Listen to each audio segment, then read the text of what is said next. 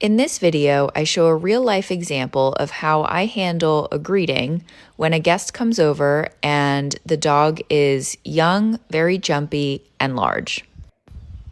I'm going to narrate what I do and why I do it. I'm not doing any formal training, meaning asking for specific behaviors, but dogs are always learning, so I'm using management and high-value treats to encourage the behavior I do want and discourage the behavior I don't want.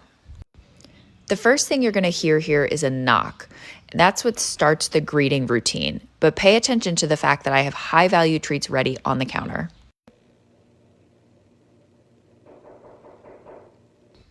It was a faint knock, but you can tell the dog hears it because her head turns towards it and she looks at the sound. She's different because she didn't charge the door when she heard the knock. A lot of dogs do. She didn't. Makes our life a little easier, although the routine wouldn't really change if she did start barking. I immediately go grab a big handful of tasty treats and I walk towards the gate. The gate is an important piece here because it means she can't follow me to the front door where a lot of the trouble happens. I showed her the handful of treats I had and then scattered them on the ground behind her. I did this for two reasons. One, to get her focused on an activity other than the guest, and two, to get her sniffing and eating, which are calming activities. It took her a second to remember the treats were there, but she did eventually, and it helped. By now, she's noticed the guest and she's super excited. I love that she's so happy to see a stranger. Because she's so excited, it's unlikely that she'll be able to respond correctly to her known cues like sit, place, or anything else. This is really common when dogs meet new people.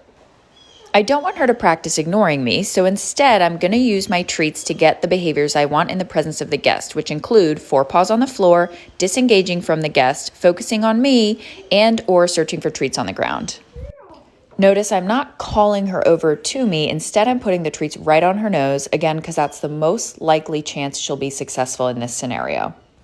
Though now that she has calmed down just a smidge and seems way more engaged with me, I do cue a very well-known behavior of go to her mat, which she does correctly. I'm still there helping her along every step of the way. And she also peed a little during the greeting, so now we are cleaning it up. Real life, I told you. So that was our real life routine for this particular day with this particular guest. Greetings are hard and they take a lot of pre-planning. It's important that the environment is set up that your dog is most likely to be successful. Use gates, use leashes, use rooms, whatever you need. Have your high-value treats ready. Make sure that those treats compete with the excitement of a guest. And make sure you know what you're going to tell your guest when they walk in. It is usually best to tell your guest to ignore your dog. It's not going to be like this forever. Right now, think of it as you're holding your dog's hand through this whole interaction to help them make good choices. Over time, with consistency, patience, and practice, they'll start learning new habits, and you can back off of how much you have to help them through these interactions. And remember, if your dog is overly friendly with people who come into your home, that is a good problem to have. We love that they are friendly and excited when they see strangers and guests, and we certainly don't want to punish that. Instead, we really want to focus on what we do want from our dogs during greetings, and we want to help them in every way that we can to make those good choices.